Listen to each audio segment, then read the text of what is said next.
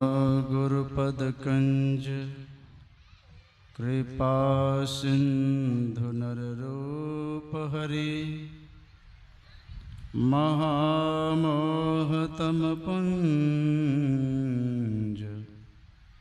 जासु वचन रविकर निकर।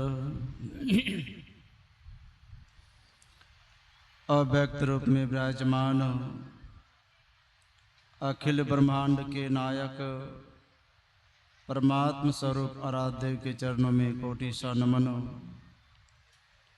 अपने स्वनिवास में विराजमान अखिल राष्ट्रीय संत मत सत्संग के महान आचार्य महर्षि योगानंद परमहंस जी महाराज के चरणों में कोटि सा नमन।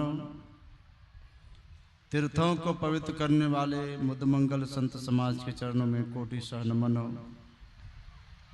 अखिल राष्ट्रीय संत मत सत्संग महासभा के तमाम पदाधिकारीगण, उपस्थित सत्संग प्रेमी महानुभाव, माताओं एवं भक्तिमती बहनों, प्रेम से एक बार जय जयकार करें। श्री सद्गुरु महाराज की जय।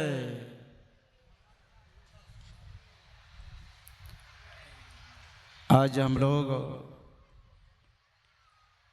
114वां वार्षिक महाधिवेशन के अंतिम सत्र में हम लोग उपस्थित हैं और यहाँ के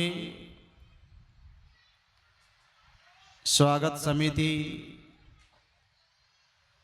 आप सबके लिए इतना सुंदर व्यवस्था दूर से देखने के लिए टीवी का भी व्यवस्था किए हैं और यहाँ पर जो यहाँ पर आए हैं और जो देश के कोने कोने से हैं, लाइव के भी माध्यम से बहुत सारे पत्रकार लोग आए हैं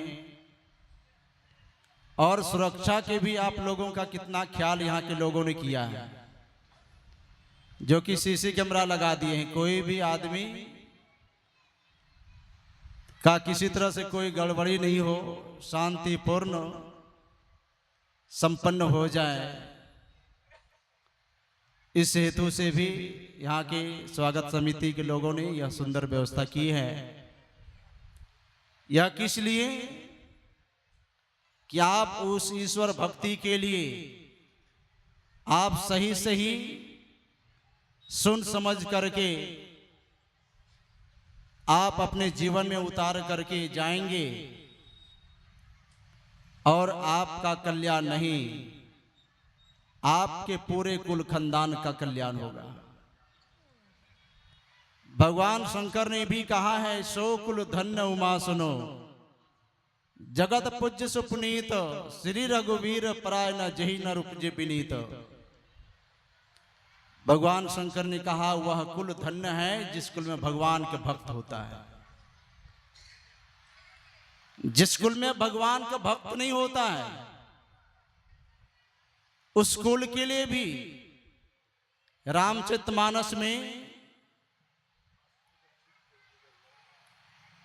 भगवान श्री राम के भाई जो कि छाया की तरह रहने वाले लक्ष्मण जी की माता श्री ने कहा है, जिस कुल में भगवान का भक्त नहीं होता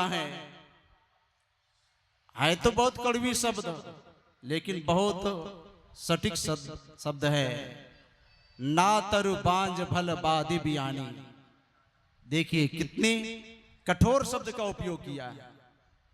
कहते जिस कुल में भगवान के भक्त नहीं होता है, ऐसे माताओं के लिए कितना कठोर शब्द का उपयोग किया है।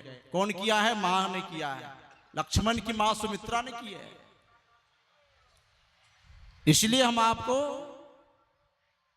उस परमात्मा की भक्ति करने के लिए युक्ति बिना भक्ति साही ना होगी, 84 का चक्कर लगाना पड़ेगा।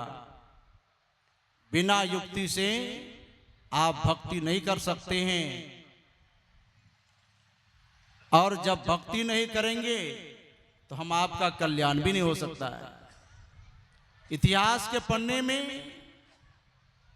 बहुत सारा आप उदाहरण है जो कि संसार के वस्तुओं में आज तक किसी का कल्याण नहीं हुआ है, ना ही आगे होने वाला है।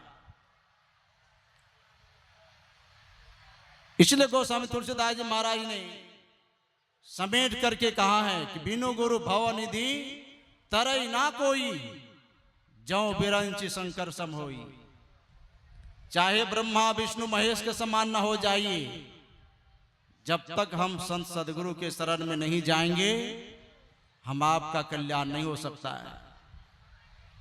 इसलिए कल्याण पाने के लिए संसार के वस्तुओं में नहीं है।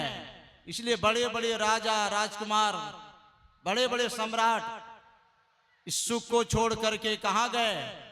उन संतों के पास गए।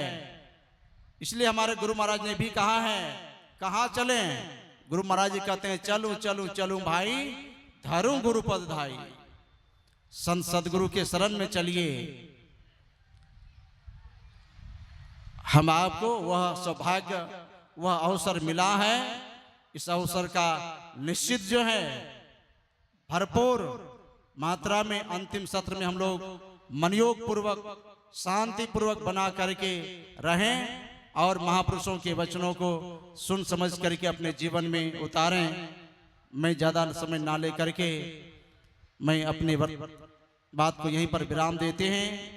आगे पूज्य बाबा लोगों से सुनेंगे।